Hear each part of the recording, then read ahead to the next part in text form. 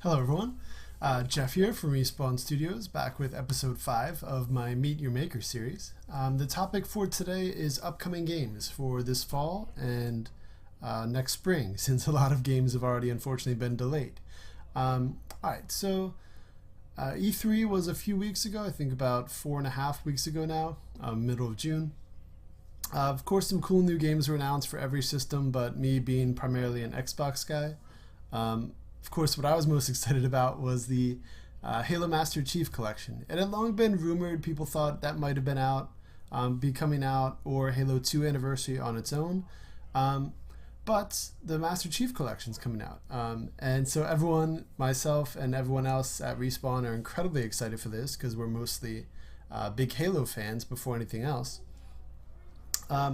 If you don't know about it, it's going to be all of the games Master Chief was in. So Halo 1, 2, 3, and 4. Halo 1, the version of it, will be the updated version, the Anniversary Edition, which came out a couple years ago. Halo 2 is getting the full Anniversary treatment with updated graphics, but the multiplayer will also be available in the original graphics as well, just like the Halo 1. The big thing is all 4 Halos will have online multiplayer with dedicated servers, so that's incredible. You could, for the first time, do matchmaking in all 4 games. They said that you can do matchmaking using all 4 games at once, meaning you could search for, say, Team Slayer, and it could be on any of the maps from any of the games. Or you could search for specifically, like, say, Team Objective in Halo 1 or 2 or 3 or 4. Theater mode will be back for Halo 3 and 4 because they already had them. Forge mode will be available for Halos 3 and 4, and they fully are recreating using a potential Halo 5 graphics engine 6 of the maps from Halo 2, and you'll also be able to forge them, so that's awesome. There'll be 4,000 gamer score for the game, 1,000 for each of the 4, so that's really cool for nerds like me that are into that. So it's amazing. We couldn't really be more excited, especially me. I'll be playing it every single day of my life once it comes out. That's November 11th. The other big thing for competitive people, which again I am, is they said that there will be a unified ranking system across the games, similar to the Halo 2, Halo 3, where it displays your rank from 1 to 50. So that's really awesome. But we're supposed to get more details of that coming up. Alright, so the one other main thing I wanted to get to before we dive into all of the upcoming games is that I've been making a lot of full playthroughs lately. Where I used to just make like achievement guides or collectible guides, now I've been putting up full playthroughs. I did that before in addition to other games, like with Silent Hill Downpour. I did both. But for this was Outlast and its DLC Whistleblower. I did full playthroughs with no commentary, which I prefer doing. I don't want to see someone talk over a game. If I see them playing a game, I just want to see the game, but that's me. And then also Murdered Soul Suspect. I did that. So I hope you like those. Let me know in the comments if you don't like that new style. Certainly with so many games coming out, I have 22 games pre-ordered that come out in the fall or spring. So I probably wouldn't even be able to do like a playthrough video of every single game. Some of them might just be a couple achievement guides here and there, but we'll see. Alright, so on to the games. Clearly, again, I'm a big Xbox gamer. The 22 games I have pre-ordered will all be for Xbox One. You might have recently seen, if you have me added, my gamer tag is Agersia, Agersia. I recently passed 160,000 gamer score, and I'm about to hit 161,000, so that's cool. So I play as many games as I can in a year that are of interest to me. Like, I'm not into sports games or racing games. Jeez, nice. Or one-on-one fighting games like Street Fighter, Tekken. I don't really like those. I'm more into horror, platformer, action-adventure, RPGs, stuff like that. Shooters. Alright, so the way I have this organized is I'm going by release date. Things that come up soonest versus games that are just scheduled tentatively coming up. Probably will all come out in 2015. So first, for me, that I have pre-ordered is August 19th, which will be Diablo 3 Ultimate Evil Edition. So growing up, I played all of the Blizzard computer games: Warcrafts 1, 2, and 3, Diablo 1 and 2, the first StarCraft. I love them. But the last like decade or so, I've mostly focused on console games, so I haven't played Diablo 3 at all yet. So I know some people were worried when it first came out that they were like bugs, glitches, but from my friend Gino from Respawn, he said that a lot of that was fixed quickly with patches. And then there's the full DLC, the expansion. I think it's called Reaper of Souls, and that's also included. That's why it's the Ultimate Evil Edition. You could do up to 4-player co-op. You could do the standard campaign, or there's adventure mode, which sounds more freeform, but I'm not really sure what that means. But I'm really looking forward to getting back to the series. And then, so I have games actually 4 weeks in a row. So the week after that, August 26th, is Metro Redux. And if you're not familiar with that, it's going to be Metro 2033 and Metro Last Light, 2 games that came out last gen, but will be with updated graphics and all of their DLCs on this gen. So I'm really looking forward to that. I loved both games. Metro 2033 was cool. It was pretty short. Metro Last Light was amazing. It was also fairly short. They're both kind of linear games. They're not necessarily open world, but I'm fine with that because the story and the gameplay is really, really, really good. Especially, again, Last Light is awesome. I definitely recommend getting it. And it's only $50 for both full, complete games and all of their DLCs. Then the week after that, September 2nd. Originally, I was going to get Warriors Orochi 3 that week. And that is it's not even the newest. There's probably newer games in Japan, but the Dynasty Warriors series, Samurai Warriors, and then Warriors Orochi 3. The Warriors Orochi series is a combination of Dynasty Warriors and Samurai Warriors, both their characters together, and even more. There's like Ninja Gaiden characters and stuff in them. But Warriors Orochi 3 did come out on 360, I think in 2012, and it was one of the first games to add in, like Dynasty Warriors 7 or 8 had like a town system. And you could also get weapons and upgrade them and do all these stupid things. I think they made the simple, just like fun, button mashing, kill everything series with some light strategy about going after generals first and bases. I think they made it too complicated by adding the town system and making these stores and worrying about upgrading weapons. I just don't think that fits. I like that they had the main games like Dynasty Warriors 5 and then Dynasty Warriors 5 Empires, which was more strategy based. But I think the town system and stuff in the main games isn't working for me. So I decided not to get that. So on September 2nd, the game I do have paid off is Crimes and Punishments Sherlock Holmes, which probably zero of you have ever heard of. I hadn't heard of it either till a couple days ago. I was looking at upcoming releases on GameStop's website, and I saw this, and I knew nothing about it. So I looked it up on YouTube, looked at some trailers, some gameplay, and it was pretty impressive. I remember the Xbox 360 game was Sherlock Holmes versus Jack the Ripper, and that was kind of a cult hit. It was only like $20 or $30 when it came out. It wasn't really advertised. It was low budget, but it was pretty good. It was pretty cool. There were a lot of puzzles in it. It was more a thinking man's game, and this is very much that. It's not the same company. It's another company making it, but there are only 6 cases, I believe, that are planned to be in the game, but each of them is supposed to take anywhere from 3 to 6 hours, and each of them also has multiple endings. I think the first case has like 8 possible conclusions to the case, and it comes down to you. As you find things, as you find clues, and you might miss some, they're added to like a mental board. When you open up a menu, it looks like brain waves and synapses, and it's like the phrase of like rope or part of a conversation, like something from that, and you draw lines, you connect them with things that you think are important. So maybe it's someone's name and you think they had access to this weapon, they were there at that time, could they have committed the crime? And then you accuse someone. So you could totally get it wrong if you read the evidence wrong, if you've missed some of the clues. So that's really cool. I like that. So I'm looking forward to that. And then the week after that, the biggest budget in the history of video games, supposed to be over $500 million, which is absurd, is Destiny. I, unlike many other people apparently, am not looking forward to it at all. I don't think it looks original in any way whatsoever. It looks to me just like the recent Halos and Call of Duties.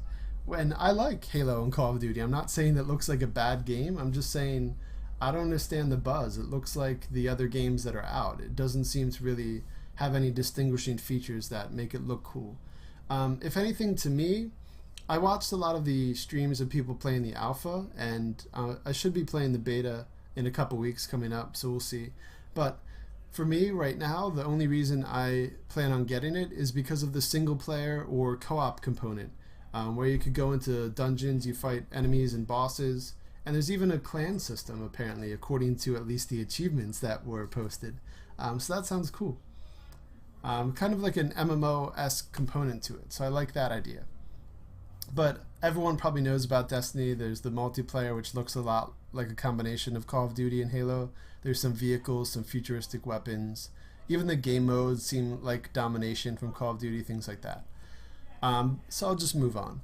October 7th, there's like 6 or 7 games coming out that day. It's nuts. But I'm getting, I think, 3 or 4 that day. The first is definitely Dragon Age Inquisition. Speaking of being the minority of opinion, like I probably am on Destiny, I thought Dragon Age 2 was just as good, if not better, than the first. And I know that's like blasphemous. A lot of people think the second one was terrible compared to the first, but I disagree. I like the second a lot. But anyway, this new one, Inquisition, doesn't really look to be specifically like either of the games. It's definitely doing its own new thing. The game world is massive. The screenshots look amazing. Like the graphics will be absurd. A lot of the characters from the older games are coming back, and it does sound like it'll more go back to RPG instead of like the action focused, which is apparently why people didn't like 2, but I thought that was exactly like 1 anyway. But anyway, yeah, so everything they revealed thus far, the trailers, all the details about customization and the game world, have a lot of people excited, and it's BioWare, so you know the moral choices, the conversations will be good, so I'm really looking forward to it. Then, other than the Master Chief Collection, which comes out again November 11th, or November 14th, I don't even remember. But anyway, other than that, my most anticipated game also comes out on October 7th, Alien Isolation. It's a horror game. It's based on the Alien movie franchise, but not specifically any of those stories. It's a prequel to the first movie. Or, no, I guess that's not even possible. It's a sequel. You play as the daughter of Ripley, the main woman played by Sigourney Weaver in the first movie. So it's you. It seems like, I don't know the full story, but it's you stranded on a ship, and there only seems to be one alien. But you have no weapons, you have no way to fight it. You have to survive and get off the ship, or find a way to get the alien off the ship, I guess. From the amazing little demos they showed, the graphics are ridiculous. It's crazy how realistic and amazing and sharp they are. But other than that, the scares are great. The sound design and like the surround sound feel is really, really well done. Again, you have no weapons, you have no way to fight the alien. You have like a little motion tracker, like heat signature device. And I think in one other video it showed you holding just like a flare or like a little glow light, but it's low light like any horror game. It should be scary and dark, but it just looks awesome. It's very much about survival and the scares, the horror, trying to survive and get out of there, not fighting, having guns at your disposal. It's very much to keep you on the edge of your seat, ramp up that anxiety factor. So I'm very much looking forward to that. I'm all about horror, if you know me from the past videos or any of my other like vlogs. I love horror in anything, and that the Alien Isolation really looks like it's going to be amazing. Also on October 7th, the third of the 4 games I plan on getting right now, is Project Spark. For some reason, a lot of people don't seem keen on it, which makes no sense to me. It had an open beta on PC and Xbox. And if you have no idea what it even is, Project Spark is kind of like RPG Maker, if you remember that, or like the design part of Little Big Planet, where you could like make your own games. But this is full scale. You can write text, you can make RPGs. In the beta, someone made like Zelda: A Link to the Past, someone made Slender. There are like racing games, there are tower defense games. You can really do anything. So it's awesome.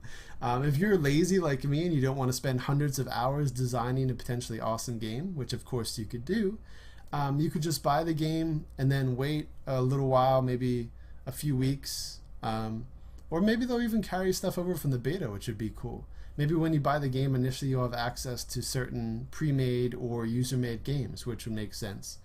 But anyway, I'd suggest buying the game at least for the value factor, that you're buying like essentially an infinite number of games. Yes, the graphics aren't always going to be incredible because there's so much you can do. It is kind of more cartoonish and kiddie, I guess, is maybe the way to put it in graphics. But there's just so much variety. You can make a lot of different things.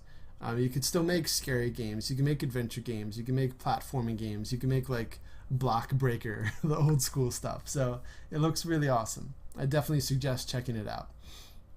And then the fourth game, the one I'm kind of on the fence on for October 7th, is Lord of the Rings: Shadow of Mordor. It's a third-person action game. You play as some like, I think, random ranger. It has a pretty cool like enemy AI system that one of the trailers is largely about, if you want to look that up. But to me, it kind of looks like a generic third-person action-adventure game. It doesn't really seem that unique. I hope it's different because it's Lord of the Rings, and I have liked most of the Lord of the Rings games that I've played. So I still might be getting it, but I'm not sure. Especially, I'm already getting 3 other games that day, so we'll see. Then 2 weeks after that, October 21st, after Master Chief Collection and Alien Isolation, this is my third most anticipated game. The Evil Within, another horror game. It's being published by Bethesda, which is the amazing company that does Elder Scrolls and Fallout. And it's, again, a horror game. They first had a teaser trailer with some like live action elements and showing some creatures, which was awesome. But then they released about a month or 2 ago a trailer featuring some gameplay, and the graphics looked really muddy and unimpressive, kind of like a late gen PS2 game, like old school graphics. So I was really worried. But then they showed a full like 20-minute demo of a guy playing it and explaining things at this year's E3 a few weeks back, and the graphics are crazy now. They're really, really good. Not that graphics make or break a game, but you'd think for the next gen they would really try and make them good. But anyway, the horror seems pretty cool from the little bits they've shown, but I really hope the story and horror are as good as all of the other production values. The sound, the graphics seem really good, the trap system, the upgrade system. The upgrade system is kind of silly. You go into these rooms and like put a helmet on and then you can like upgrade stuff where it apparently changes your brain or something, but I think it's cool to have upgrades in a horror game. I don't think it kind of like breaks the like fourth wall or anything like that. So I am excited for that. Then October 28th, there are again multiple games. I have 3 games coming out that day. The first is Sunset Overdrive. When that was first announced at last year's E3 in 2013, I could not have been any less impressed. I really hoped it was a joke. That trailer was abysmal. It was so bad. All of like the orange stuff shooting everywhere and like it looked so stupid. Like, why would they even move forward with that game? It looked terrible. But how much things can change in a year, right? When they came out and said this is a live demo, obviously the guy wasn't controlling exactly what was happening. Definitely it was something that they pre-recorded but showed that it was gameplay of. But anyway, it was awesome. It's on rails. You can never really, you can stop moving, but the enemies move really fast and you walk incredibly slow. The point of the game is you're supposed to always be like on rails or jumping, moving really quickly and shooting. And the story is kind of ridiculous. It's about these energy drinks that people became addicted to and like they became zombies for them or whatever. But the humor which Insomniac is known for mostly for the Ratchet and Clank games, is in full effect in the new trailer, which is really funny.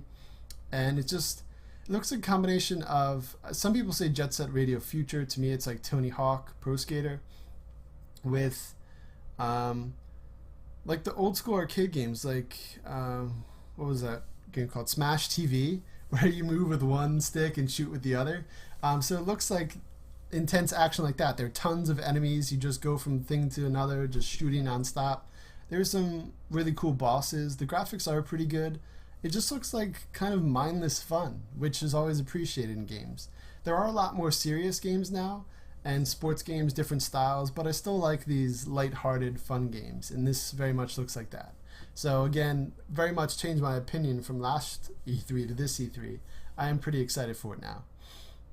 Then Lords of the Fallen, which is another third-person action game, kind of like Lord of the Rings game Shadow of Mordor, but it doesn't look as generic to me. To a degree, I guess every game is kind of generic, and they're kind of building on other games. But it looks like a combination of 3 series that I don't even particularly like. Dark Souls, Darksiders, and God of War mixed. They're all okay series to me. I know some people love each of them to death. But I think from the parts of Lords of the Fallen they've shown, it looks like it's the good elements of each of them.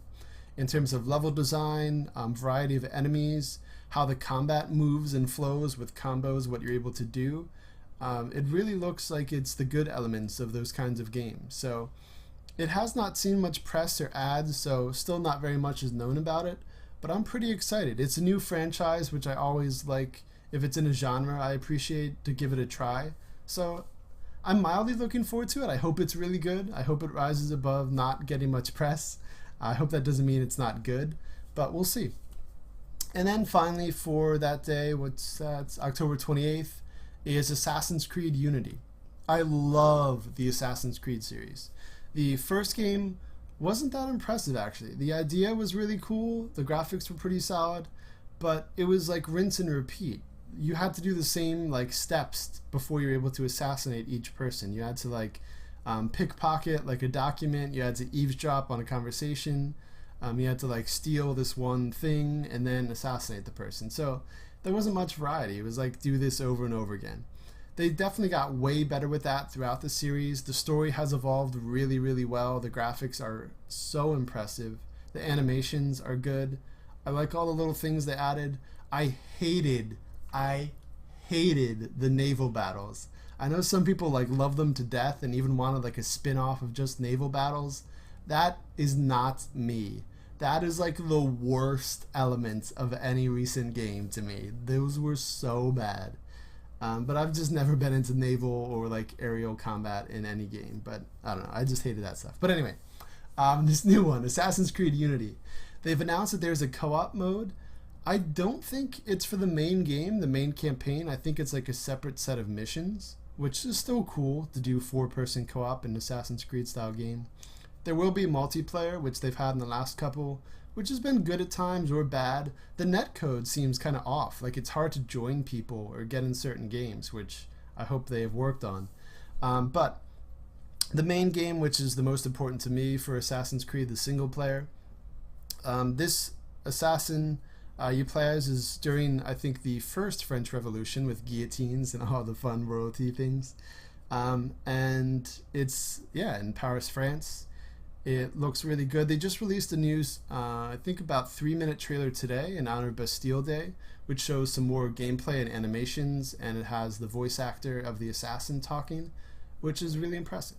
So I'm really looking forward to it. I love the Assassin's Creed series, again, other than the naval combat, but this game isn't supposed to have any, which is very much appreciated. And I loved what they did in Assassin's Creed 4, where they added, you could always go to the real world in the last several games, but this was different. Instead of being the third-person bartender guy, it was first-person, and you're able to walk around the office in which you worked, which was a really cool idea and concept, and it was done really well. So I hope to see another innovation or just another iteration of that new idea for this game, but we'll see. Then November 4th is Call of Duty Advanced Warfare. I know every gamer over the age of 17 that's been around for a while probably knows the Call of Duty multiplayer and largely the campaigns haven't changed at all since Modern Warfare 4. Yeah, they've been in different settings, different times, but the core gameplay has been exactly the same, which is, it's good and it's bad. I mean, they caught lightning in a bottle with Modern Warfare, Call of Duty 4, the first Modern Warfare. The campaign was awesome. There were those great set pieces. It was really like breathtaking to see. It was a really well done campaign. And then the multiplayer was awesome. It was very revolutionary for that time. The game modes were great. Search and Destroy was awesome. Everything new, the fast pace of it, it was just great. But then with Modern Warfare 2, Modern Warfare 3, Black Ops, Black Ops 2, and now with Ghosts, it's been like the same game. Yeah, there have been zombies, there have been extinction, there have been like new perks, new guns, but the core gameplay hasn't changed at all for like 8 games now or whatever it is. Which again is good and bad. I mean, it's still solid, the graphics are still impressive, it's still pretty fun, but like the spawn systems in the last few games have been terrible. You could spawn like in battles or with enemies. They really have to fix some core things, and I wish this game has some really futuristic elements. They're kind of like hoverbike vehicles. There's like a mech suit that apparently is integral to the multiplayer. There's like these weird kind of futuristic grenades. So I hope that does kind of shake it up, and still it'll hopefully feel like Call of Duty, but again, be new, actually next gen, actually be the new Call of Duty a lot of people have been waiting for. But again, I'm mildly hoping it'll be awesome. I'll definitely get it and play it and probably enjoy it, but seeing if it'll be one of the best games of the year, I don't know. We'll see. Master Chief Collection is the week after that. Not much to say, I already haven't. But I'll pretty much be playing it every day of my life, making lots of content. I'll be making montages, putting gameplays up, probably even campaign playthroughs. Go full nostalgia mode, put all those up. Then the week after that is Far Cry 4. I hadn't played and still haven't played any of the other Far Crys before Far Cry 3, which I decided to get for 360. And if you've watched the other videos in this series, you'll know that Far Cry 3 absolutely blew me away. It was one of my favorite games on all of 360. It was that good. It's a first-person game, open world.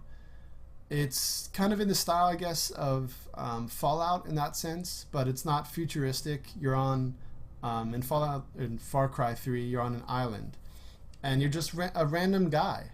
You're on vacation with your friends, and you're kidnapped. And your friends are like you're in prison with one's killed at the start of the game, so it's very serious very quickly.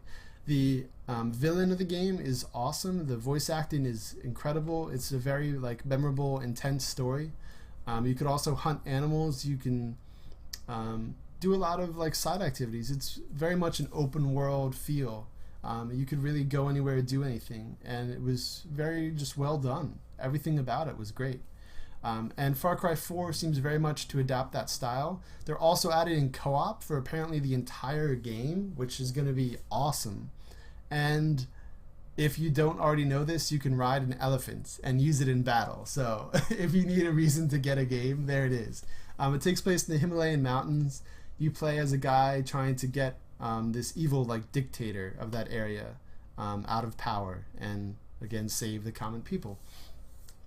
So that is Far Cry 4, November 18th.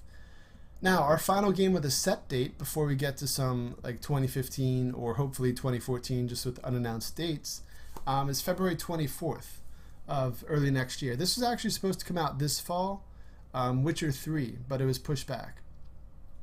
I have not played this series before either, but I certainly know of it. It was big on PC. Witcher 2 eventually came to 360, but I think I even got it at one point, but I don't think I maybe like did the tutorial, but I've never really played it. But I know it has a really good reputation. It's open world. There's a lot you could do to influence the world. It's a third-person action game, action RPG in style, kind of like Dragon Age. But with a lot of fantasy elements. There are griffins and things. from the screenshots they've been releasing and what they're promising about the game, this could be like the first incredibly impressive next gen game, like Watch Dogs was supposed to be. And I love Watch Dogs, but that game could have been on 360 and been fine. Witcher 3, from what they're promising, looks like it could be the first like wow next gen game. The game world is supposed to be like incredibly huge, like the Grand Theft Auto 5 map like times 10. Like you can go so many places. It's massive. The campaign's supposed to be like over 100 hours. I think they said there's over like 40 possible endings and big ways you could alter the world. It's supposed to be massive, and the graphics, the screenshots are supposed to be crazy. But when they had the gameplay demo at this year's E3, the graphics were not anywhere near that. The gameplay looked like games we've played before. Like if you were in third-person mode in Oblivion, not even Skyrim, the graphics and gameplay were like that.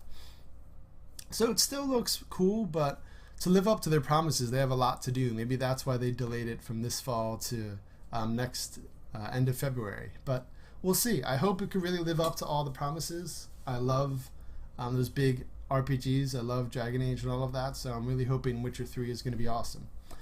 Alright, and now I'll just quickly go through a few games that are announced but not with confirmed dates. There's Grand Theft Auto 5, which of course is one of the biggest games in the world from last gen, but it's being brought over to next gen. That's really all has been said. I don't think they're really adding anything new. They might just upscale the graphics or update them to 1080p. But I don't think they're adding any new DLCs. Hopefully the full multiplayer comes over. That's probably what a lot of people are looking forward to. But I'm just looking forward to playing the campaign again. I really love Grand Theft Auto. I think it's really smart. It does a lot of good social commentary. It's not just mindless violence. There's some really important thoughts and ideas behind it too.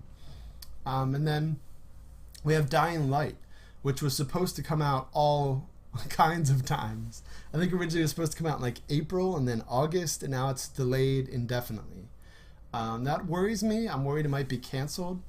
And it's from the team that's behind Dead Island. And if you know about Dead Island, there are 3 other Dead Island games coming out. There's Dead Island 2, which is another game that I have on this list. I guess I'll just talk about it now.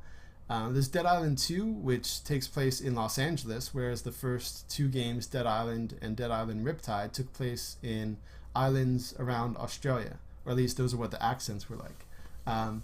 But this is in America, and it just looks to continue that really fun, again, kind of funny and good. It's not really scary. It's a zombie game, kind of like Left 4 Dead. It's more fun. So Dead Island 2 I think is just going to be next gen. They just recently announced a Dead Island game that's only last gen, so that's what has me thinking Dead Island 2 might only be next gen. And then some other like Dead Island game that I think might just be like handhelds or for phones or something. So I'm worried that Dying Light might be canceled. If you don't know about Dying Light, it was shown off at E3 2013. It's kind of like Mirror's Edge meets Dead Island.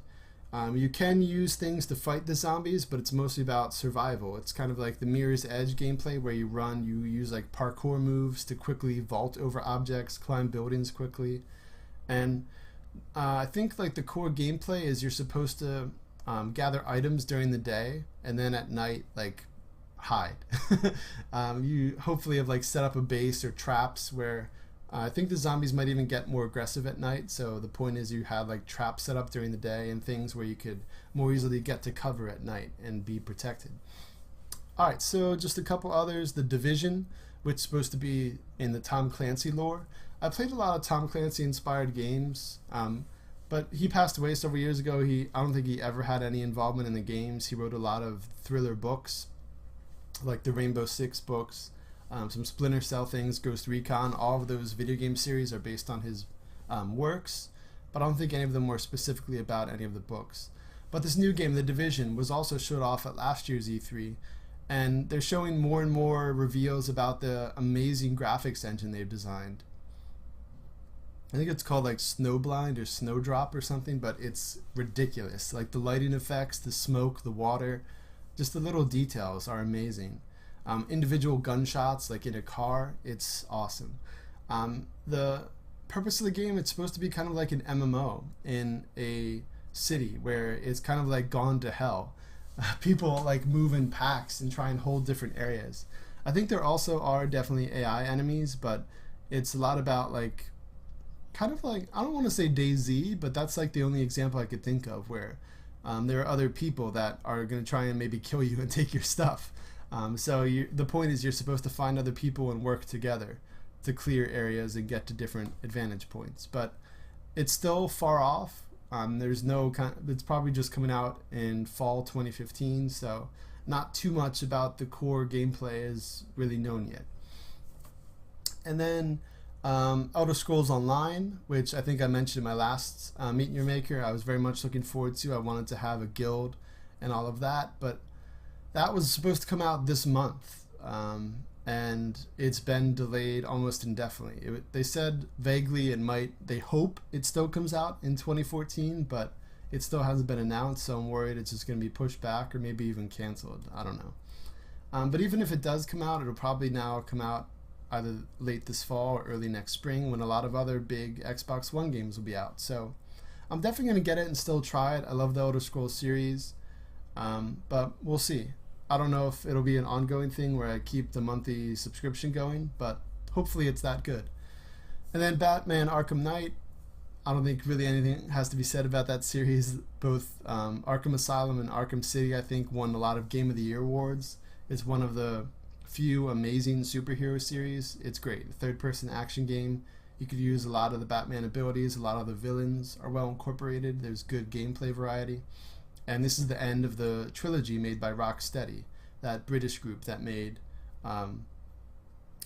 Arkham City and Arkham Origin, or not Arkham Origins, Arkham City and Arkham Asylum, sorry.